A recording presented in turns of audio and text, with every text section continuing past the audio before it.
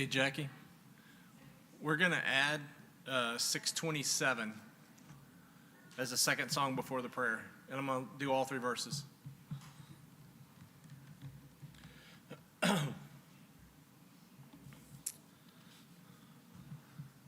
All right. Let's go ahead and get started tonight. How you doing? We're going to start with number 864. 864. Here we go. Just a few more days to be filled with praise and to tell the old story. Then when twilight falls and my Savior calls, I shall go to him in glory. I'll exchange my cross for a starry crown, where the gates swing outward never. At his feet I'll lay every burden down, and with Jesus reign forever. Just a few more years with their toils and tears, and the journey will be ended. Then I'll be with him where the tide of time with eternity is ended. I'll exchange my cross for a starry crown, where the gates swing outward never. At his feet I'll lay every burden down, and with Jesus reign forever. What a joy 'twill be when I wake to see him for whom my heart is burning. Nevermore to sigh, nevermore to die, for that day my heart is yearning. I'll exchange my cross for a starry crown, where the gates swing outward never. At his feet I'll lay every burden down, and with Jesus reign forever.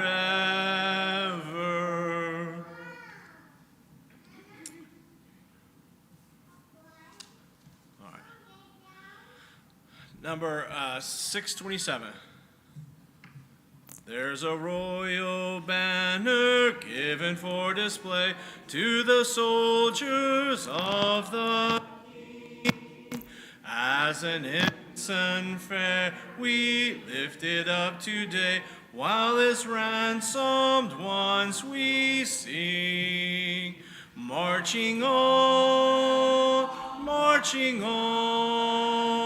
for Christ count everything but low. For the King of Kings will toil and sing, 'neath the banner of the cross. Over land and sea, wherever men may dwell, make the glorious tidings known. Of the crimson banner now the story tell, while the Lord shall claim his own. Marching on, for Christ count everything but loss. For the King of Kings will toil and sing, 'neath the banner of the cross. When the great commander from the vaulted sky sounds the resurrection day, for our King the faint and foe shall die, and the saints shall march away. Marching on, marching on. For Christ count everything but loss. For the King of Kings toil and sing 'neath the banner of the cross. Invitation song is number 948. 948.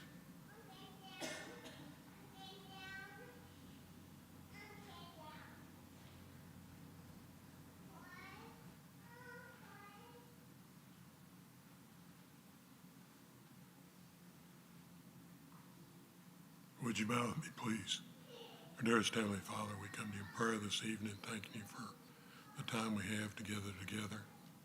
We're thankful for this time we can enjoy one another's company and be edified and strengthened by one another. Pray, Father, that you would look after those that are of our number that are sick or hurting or grieving, that you would comfort them in such a way that they might be drawn closer to you. Help us as we see those needs, try to determine what we can do to help. Father, we're especially thankful for Jesus and what he means to us. Help us to always remember that we want to emulate him, that we want to live a life that he would be pleased with, and that we would always strive to place him foremost in our lives. We're so thankful for all the many prayers that you've answered so far, and we are grateful for all the blessings that you give us daily. Pray, Father, that you would be with us as we continue in this service. Help us to empty our minds and open our hearts so that we can benefit from this and be strengthened. So thankful for everything that you do for us. We're especially thankful for the ability to forgive our sins. We ask for forgiveness of those sins and strength to improve in our future. It's through Christ that we pray. Amen.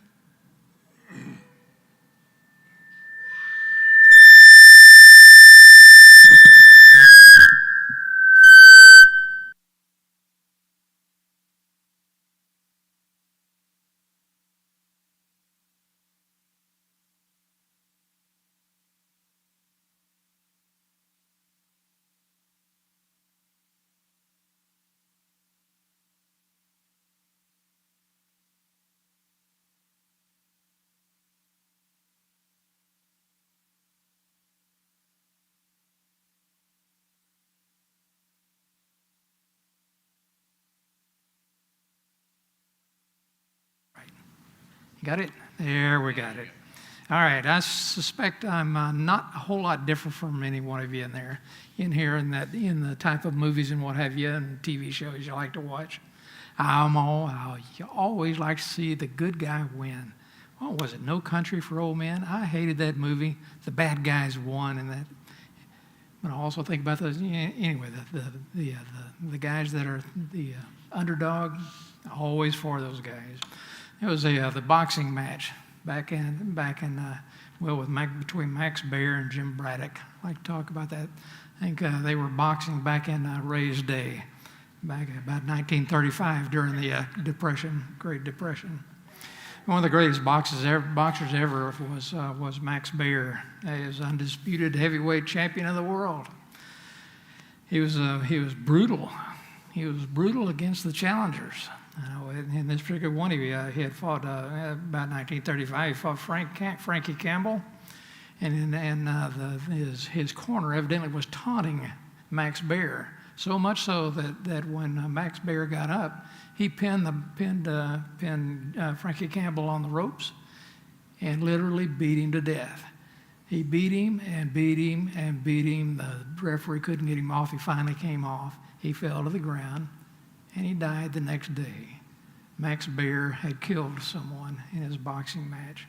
A little bit later, he fought another fight. This was against Ernie Schaff. This is the next fight. Just a couple of months later, he beat him senseless.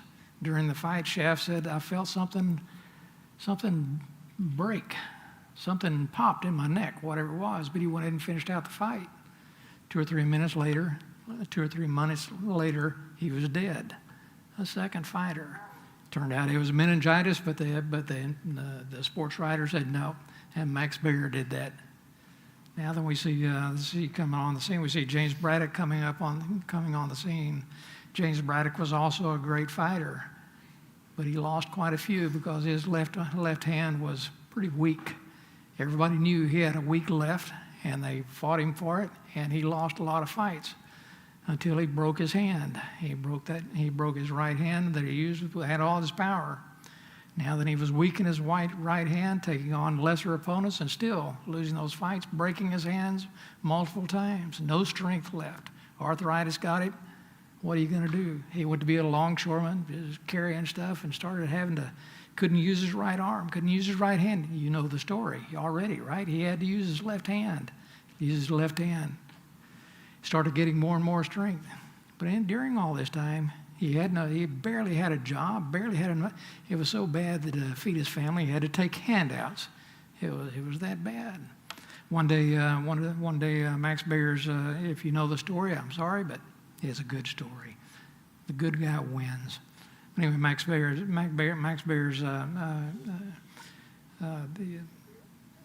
his manager said, "Let's go and get you another fight." But nobody wants to fight you. You killed 2 men now in a row, and nobody wants to fight you. But they found James Braddock. This guy, he knew he had a bad left hand, or he had a bad left hand. This would be an easy fight. Bear said, book him. Braddock had to accept. He had no choice. I've got no money. I'm feeding my family. I have to fight. And he did fight him. He took him on. But what Bear didn't know, obviously Bear didn't know because he didn't prepare for the fight. It's going to be an easy fight. Knock him out, take the check, and go. Everything's good. He was ready for that right hand that was no more. So here comes Braddock with his left hand, with all his power in his left hand. Every time Bear would dodge that right hand, what happened? Here came the left and took him down. He became the Cinderella Man is what he became named as after that point. But again, he took him down. Being a 20-1 underdog, he took him down. This is nobody, this has been, but he still took him down with that fight. As I think about him, obviously you can't help but think about Paul. Think about him. When he was, remember in 2 Corinthians chapter 11, where he starts doing his defense. Talking about he had stripes above measure, prisons more frequently, deaths often, faced deaths often, 5 times beaten, 40 stripes minus 1, 3 times beaten with rods, 1 stone, three times shipwrecked, perils of water, perils of robbers, perils of my own countrymen, perils of Gentiles, perils in the city, perils in the wilderness, and perils in the sea. And we know about the shipwrecks. And then I think about the rest of it. He keeps on going. He says, it was in weariness and toil. We've all been there.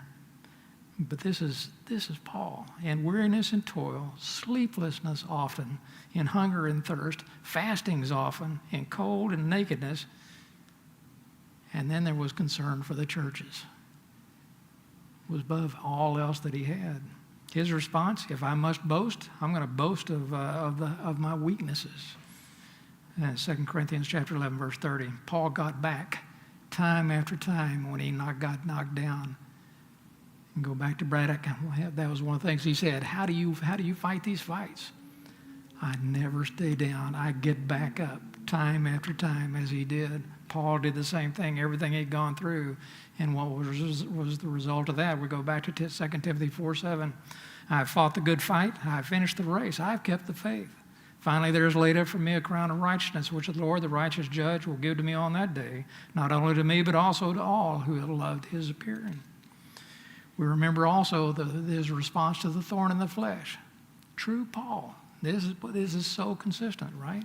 I take pleasure in infirmities, in reproaches, in needs, in persecutions, in distresses, for Christ's sake.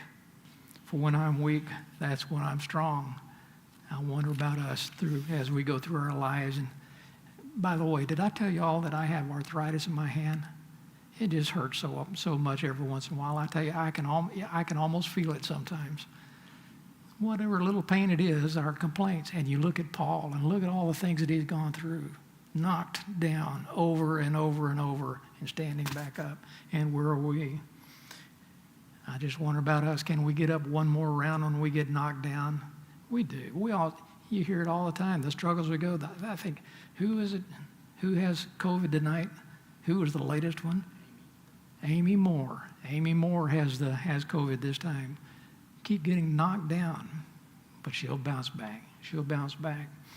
So even if we have even if we've lost our greatest strength, whatever that happens to be, whatever it is, if I can't do it anymore, I can't do the job that I used to be able to do because I hurt my back, I broke my leg, I did whatever it happens to be. We lost that. Can we stand back up? Can we get back up for the next round? Can we do that? It's kind of interesting. It's not interesting. It's the truth. We look in our corner, and who do we have in our corner? We have the most powerful trainer in our corner if we choose to listen, if we choose to learn, and if we choose to act in obedience. We can be triumphant over the ruler of this world through Jesus Christ. All we have to do is rely on our trainer in the corner, if we can do that. We too have that crown of life laid up for us if we persevere. Sorry if I can get my words out here. With that, we're going to go ahead and offer the invitation. Then, for anyone who might have need, every time I get up, and I think about this, you look around this audience right here, look next to you, look at the person in front of you, behind you. This is family. If there's anything, if you just happen to be struggling with anything right now, whatever it is, you come forward. If it's for baptism, oh, what a time. I'm sure the baptistry water is warm. Surely Jeff is taking care of that for us. Whatever your need is, if you would come as we stand and sing.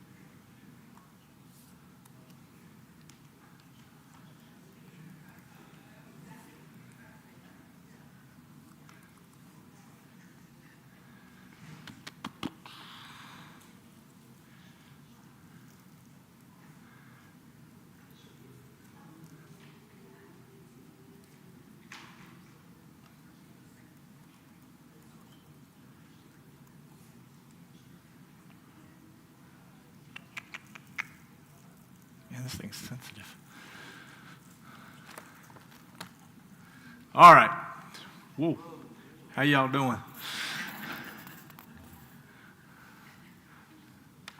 Testing. Down a little bit. All right. I'll try not to project as much. Maybe that'll keep it from going crazy.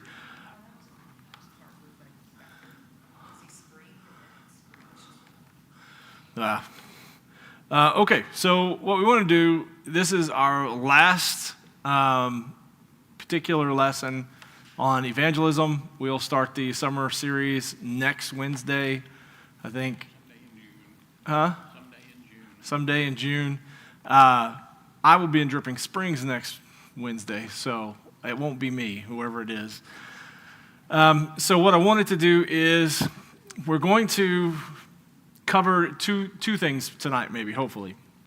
We're going to look at wisdom in handling objections, and then we're also going to look at 5 words to say during the Bible study to use frequently. Okay, so when we handle objections, because after all, we're talking about closing a study, and the hope is, as we close the study, that that's going to lead to the waters of baptism. Now, again, to make this thing's driving me nuts. Again, to make a point that we made earlier, a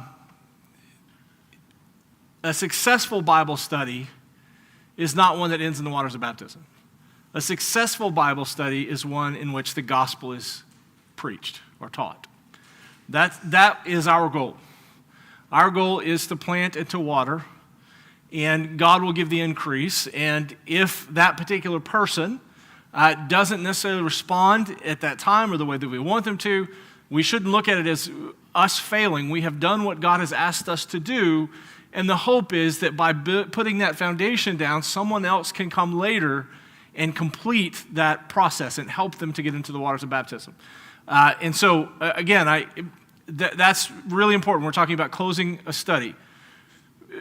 Success doesn't count on whether or not someone's baptized, just whether or not the gospel is preached.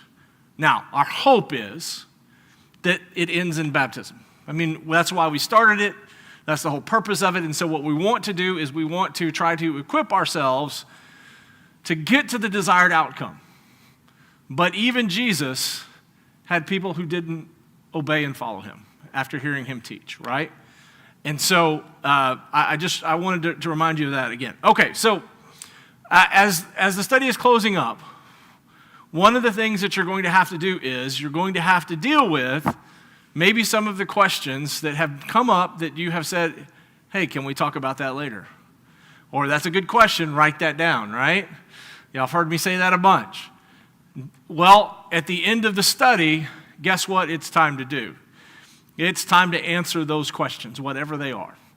And I would say probably do it before you make your last your last sort of push, the finalizing. And so this would be right before the last push towards baptism, right? You finished the study, the formal study itself, you've gone through the books or whatever it is that you're using, you've come to the conclusion, and then you're going to make that one last push. Well, before you do that, now it's time to answer those questions that we've written down, or to also give opportunity to say, what is it that you still are working with that you need to have a better understanding of, right?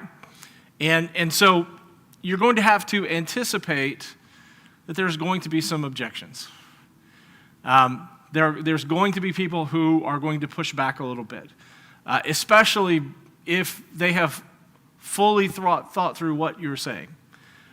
Because you're asking them, or the Bible is asking them, let me say it that way, the Bible is asking them to change their entire outlook, their entire manner of being, and to set different values on things other than what they've used their whole life to set value on, and that should not be an easy thing, right? We should expect, if that's what the Bible is going to ask of people, that they may push back a little bit, and that's okay. Because what you want to do is try to answer those objections in such a way that helps them to then move forward. And so if you look at them as, instead of as obstacles, look at them as opportunities. If you have an expectation of this is what's going to happen, then it doesn't seem like a frustrating moment where, wow, here I just want to wrap this up. I don't want to get them to watch the baptism. And they have all these questions.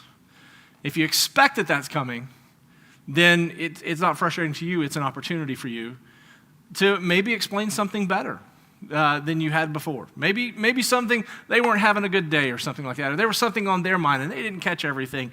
And they just sort of said, okay, and they went on, and now that they've thought about it, they still have some questions.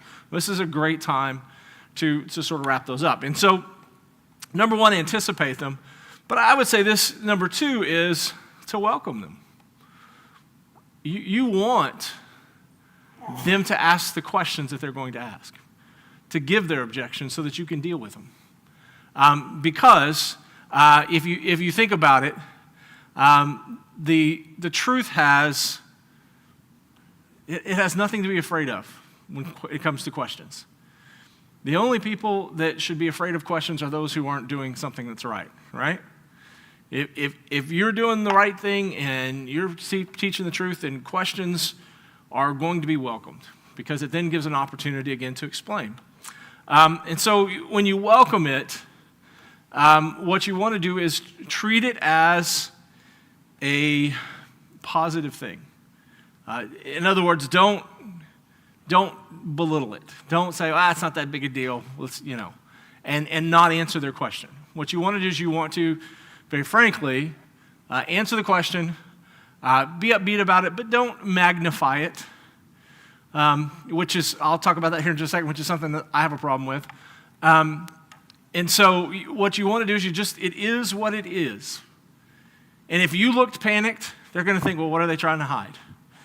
If you don't answer it, they're going to ask, why won't they answer it? Or if you get super excited about something and you're just way over the top, that tends to be theatrical. And so the best thing to do is just go, okay, well, let's answer those questions, right?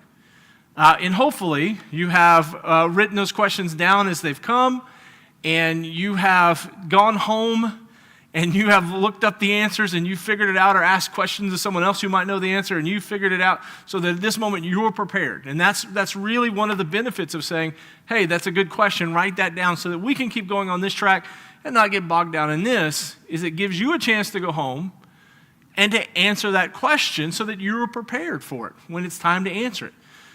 And so one of the biggest fears is someone's going to ask me a question I'm not going to know the answer to. Well, this helps with that, right?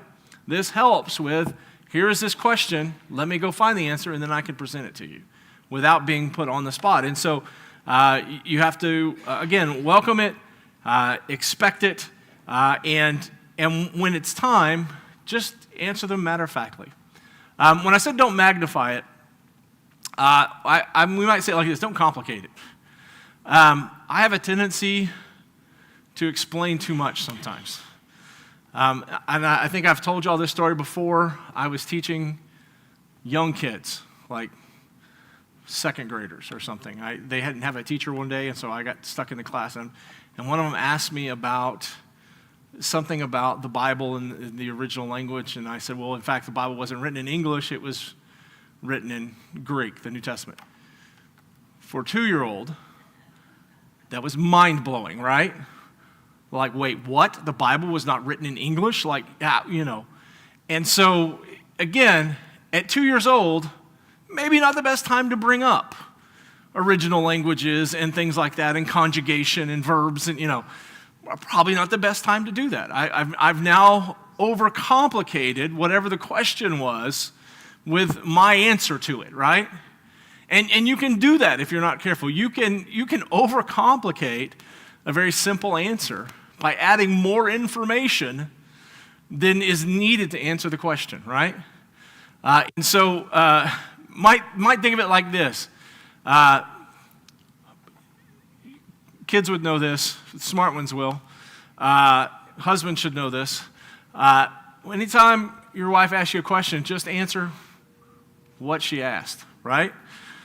That's the best way. I remember one time I was in the car with my father-in-law and my wife, and the car made a funny noise, and Melissa said, "Did you hear that noise?" I said, "Yeah." And I just stopped talking. And he said later, he goes, I learned something today. And it's, again, I mean, there is a sense in which, now if I go, oh, it could be a rod knocking, it could ruin the engine. Okay, well, now I've just set my wife up. Her mindset is on all of that, right? Instead of not panicking and, it'll be okay kind of stuff. And that's very easy to do sometimes when you're asking questions about the Bible, especially if it's something like you feel like I can answer.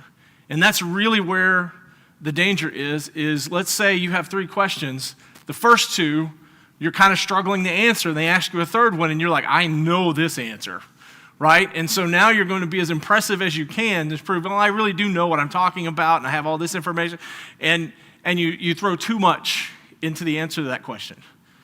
And so remember that. Yes, ma'am. So you're saying you're basically saying know your audience. And so when you're teaching, Yeah. and so you're teaching people and all of a sudden all the eyes are glazing over. So something truly is wrong here. It also behooves us, well, I just used an example of what I was about to say. Don't use words that people in general don't understand. Right. If you like to use, just not to try to impress people that you normally use large vocabulary words, maybe use smaller ones.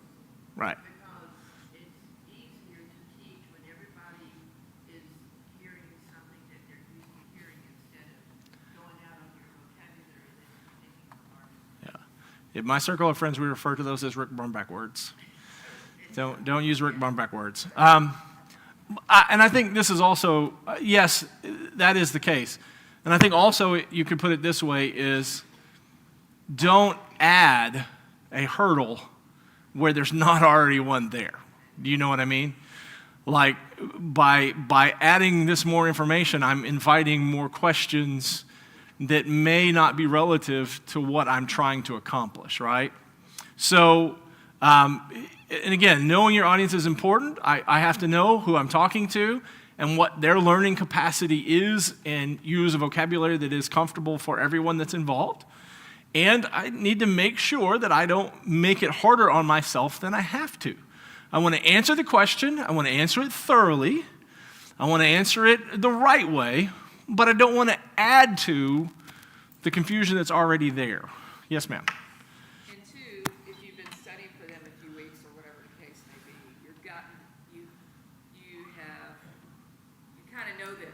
Right. Kind of the way they're going to react to things too, like the emotion you were talking about, or just kind of passive or asking questions or not. So that helps. So by at the end, Lord willing, you kind of know Right. how to And deliver that to where it's yeah. sounds good. I guess. And what will happen too is the more you study with people, the more you'll see the patterns of when the questions are going to arise. At certain points, these questions are going to come up, these kinds of questions, right? And so that experience is going to help you the more you do it to be able to answer those questions. When I first started teaching Bible class in Odom, I had one individual that would ask the most insane questions. And it was almost like they were trying to derail me, right? And I learned to write out my notes and to look for the places where that person was going to bring up a particular question. And I would actually get to where I was pretty good at guessing what they were going to ask to try, and so I would try to be prepared for that. They did throw a couple by me, a couple that was like, where did that come from? But yeah, you learn to do that. You learn to do that. Okay, here's going to be a place when I'm asking this question, and that may be a good thing too, is as you go through this, ask yourself those questions. If I was someone who didn't understand this, what questions would I want answered and things like that. And so, again, you want to make sure that you do it thoroughly, that you do it completely, but that you don't add to it, you don't amplify it, so to speak, and make it harder. Okay, so I'm going to give you here 8 steps to dealing with an objection and how to do that. So the first one is pretty simple. And it is one that is, I think, cannot be overstated. Listen to them carefully and hear them out completely. Because, like me, I have a tendency when someone starts asking a question to go, okay, what is this about? What's the subject? Okay, this is the subject. Here's what I know about this subject. Okay, and this is going to be provided. And they're still asking their question, right? And so I'm already formulating my answer before I've even heard everything they're asking. And so the first step is to listen to the question and listen to it completely, right? Don't assume you know the question they're asking. Listen to the question. The second one is be delighted and enthusiastic. I would say it like this. I would say be casual about the question. Don't act shocked. Don't get frustrated. Don't whatever. Just say, okay, and here you go. We're going to answer this question. The next one is to use the word question. Is that me? It's that connection right there.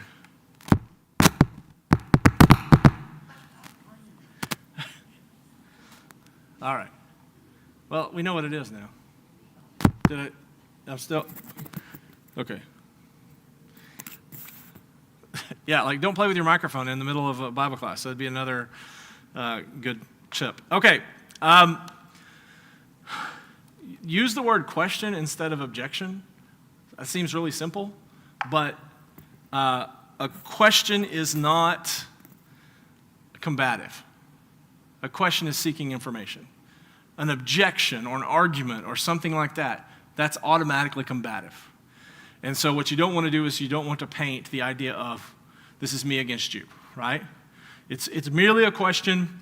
It's just a fact-finding mission upon which we are going to find the facts and then we're going to move forward, right? You don't need to treat it like an argument. You don't need to treat it like, it's you versus them or anything like that. The next one, number 4, is to restate it in a question form to make sure that you understand it. So if they ask the question, what you say is, okay, so what you're asking me is this, right? Because it gives me a chance, number 1, to formulate that I know what the question is. And if I'm wrong, they can go, no, what I mean is, and you can do that, okay, right? But to re-ask the question in a way that, number 1, tells them you understand, you were listening to them, and number 2, helps you to make sure that you're answering the right question. The 5th thing, make sure there are no other questions. When you get done, ask that.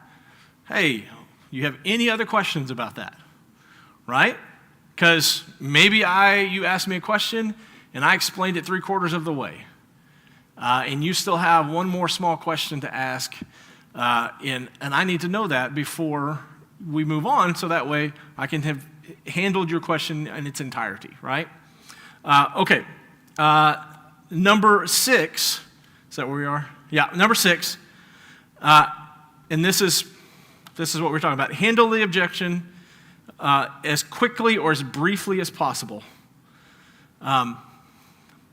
Only answer what needs to be answered. Don't go into a whole big dissertation about whatever that broader subject is, right?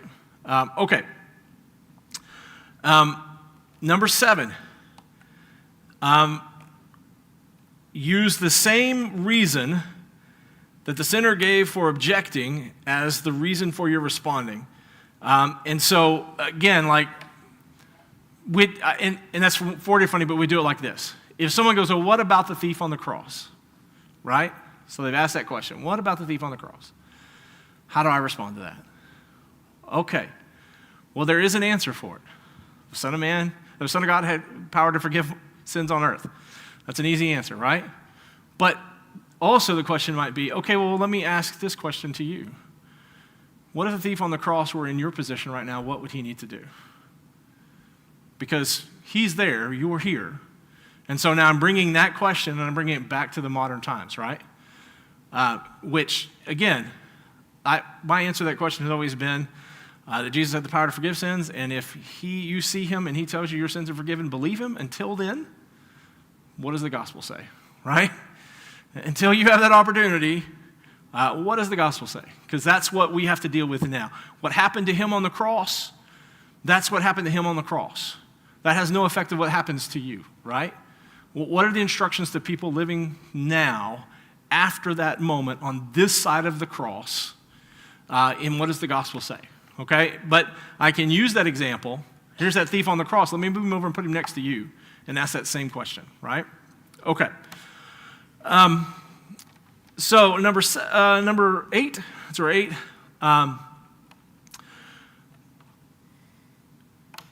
After dealing with all the objections, review them one time, and then start your conclusion. Okay, so here we are. Talked about this, and this was the answer. Talked about that, and that was the answer. Talked about this, and that was the answer.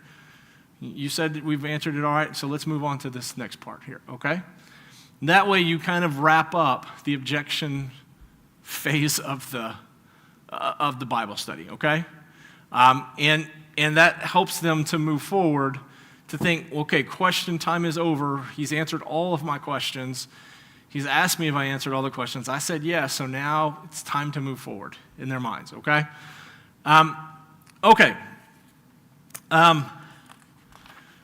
Some responses. Let me give you a couple of responses in answering that question and ways to deal with it. And again, it depends upon, this is kind of like Jan's saying, depends upon the individual you're talking with. Number one, you can do things the way Jesus did it. You can answer a question with a question. When someone asks, what about this? Again, you go back to, well, what about the thief on the cross? Well, what would the thief on the cross say if he were here today? What would he need to do if he were here today? Okay? So, again, it allows a back and forth, and what you want to do is you want them to start thinking too. And start working through it themselves, so then it's not just me telling you what to do and you doing it, it's you're working through those ideas on your own together when we're doing it together, right? Okay. Next thing is, he calls it exoneration. And so I would say it this way, instead of going, Bill, we talked about that in the second book, page 6. At the whole thing, we talked, what's the problem here? Just go, hey, I'm sorry, I must not have explained that very well. That's on me. Let me go back and let's talk about this again, right? So it's putting it on yourself as a way of disarming the situation. I didn't explain it very well. Let me go back and explain it. So now it's not, hey, Bill, how dumb are you? It's, hey, let me go back and do this a little better. I made the mistake here. Let me fix it, right? Okay. Another way you can answer something is, and especially if you don't know what the answer necessarily is completely, is, I've never thought of it that way. However, this is what I do know. Okay? Or you can say, listen, there's a lot of truth in what you're saying. But have you ever considered this? Because it does give a sense in which you tell them, okay, you're on the right track, but there's a little bit more you got to go, right? We're almost there. Well, let me help you get to the rest of the way. Okay. The next one is called praise, which is, man, I appreciate how thoroughly you think about this, and I want you to know that's exciting to me, that you're putting this much thought into it and you're working through all this. So let me help you here and kind of let's connect the dots, right? And so what it does is, again, you're reminding them that this is their conclusion that they're coming to. You're putting it back on them of, hey, you're doing a great job here. Let me help you get to the end of this, right? You're doing great. Keep going here because you're headed in the right direction. Okay. That's the only one. All I've got. Has anybody else got any advice they want to give? Well, we've got a few minutes here, and I'll go through these. Well, we've got 6 minutes here, and I'll go through these words that we need to use a lot, unless someone has got something they want to add or say. Bueller. Okay. Speak now or forever hold your peace, which is a different ceremony, but it works here. Okay, so 5 questions, or 5 words that you need to use frequently in a Bible study. The first one is why. Why do you think this is this way? Why do you think this is that way? Why do you think Jesus answered this way? Why do you think the Ethiopian eunuch stopped and they went down into the water? Okay? So again, what you're doing is you're engaging them into the process of working it out themselves. Yes, I can tell you, hey, Ethiopian eunuch, he wants to respond to the deal. They came to water. They stopped it because there's a lot of water there and it's immersion and he had to go get immersed, right? I can say that. But it sticks with them more if I ask the question why and let them come to that conclusion, right? Why go down into the water together? Okay? So why is it important? It keeps their mind engaged, and it helps them to feel like it's a conversation, not necessarily you just telling them the facts, right? Okay. The next one is let's, which is short for let us. And again, the reason why is because you want them to feel like this is a journey you're taking together. Let's look this up. Let's see here what Jesus has to say. Let's see what Paul had to say to these people, right? So it is the acknowledgement of 2 active partners working together. Again, it keeps the feeling from being, this is me versus you, and you're over there, and I'm over here, and I'm preaching at you, and you're taking whatever, and now this is a communal thing, right? This is us doing this together. Let's do this. The next word is the word when. And again, I would say you probably will use that word a lot more the closer you get to the end of the deal.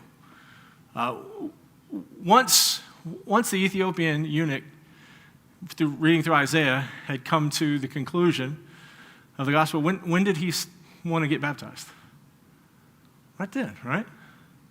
Okay, so simple question, but adding the when to it then now says there's a sense of urgency there, right? Now I'm showing, hey, by their example, there's urgency in answering this question. When do you think Jesus would want you to respond to the gospel? If the Ethiopian eunuch did it immediately, when would he want you to do it, right? Okay, so use the word when. 2 minutes. The next word is which. So what that's going to do is that's going to show a dichotomy of ideas, right? Which one do you think is better? Which one do you think fits the biblical model that we see here with the Ethiopian eunuch? Immersion or sprinkling? Which, right? Which one would you rather go to eternity with? Would you rather go to eternity with having obeyed the gospel or not obeyed the gospel? Right? And so, again, it puts in their mind a differentiation between what God wants and what the world wants, right? That's what we're doing. We're calling them out of the world so that Jesus can translate them into the kingdom. So we have to show them that the kingdom is different than the world, right? And so the word which, used properly and appropriately, does that. It shows there's a choice here to make. You have to choose one side or the other. The other question, or the other word is the word where. Okay, so anywhere from where do you think you're going to spend eternity right now to where was Jesus when he spoke to the woman at the well or something like that, right? And to give you the opportunity to go, okay, this is not someone who's a Jew. This is someone who is a Samaritan or something like that, if you want to make that point. But the biggest part of the where question is, where are you going to be, right? Where does God want you to be? Where are the saved going to be? All of those questions are really important and are going to help them, again, to make up in their minds that there is one choice over the other and that they're going to have to choose which direction they take. It's basically what Joshua's doing when he says, choose you this day whom you're going to serve. He's basically asking, where are you going to go? You going to go back to those gods? You're going to go to the Jehovah God. Okay? So those are the words there. Why, let's, when, which, and where. And I think there should also be one in there, how. It's not on this list, but how is a good one. How was Cornelius and his household saved? There's another when. When did they go rejoicing? It was after they were baptized, right? Those kinds of things. Yes, ma'am. You use the how word. If you're tapped into how they are reacting Yeah. and how they're coming along with the study, and it's getting toward the end of the study, my question was, when they quit reading this particular verse, I said, how are you feeling right now about what you just read? Yeah. Okay, there's no, yeah. So they will tell you whether they're confused or they think they're ready to make the step. Right. So, yeah, that's a good use of that word. How are you feeling about this right now? I think that's a great question to help people to make that choice of where they are in that particular process. All right, anybody got anything else? Yes, ma'am. A lot of times when they realize that they're lost and can be saved, they get sad because they know that everybody else is lost but they know. Mm-hmm. So you can think about that in the future for future studies. Yes. And just, I don't know if I've explained this to you yet, my response is always the story of the rich man and Lazarus. The rich man says, go back and warn my brothers. And the response is he has the prophets. So the question would be if he wanted his family to know what the truth was, even though he was not where he needed to be, no matter where your family member is, what would they want from you, right? So I wouldn't want my kids to go to hell just because I'm going to be there, right? I don't know any parent who would, or any grandparent or anything like that. And that story shows that. They would want you to listen to the gospel and to do what the gospel said, not follow them wherever they're going, right? Okay. That's great. We're done. That'll bring us to the summer series, and then we'll figure out what's going to happen after that. So, all right.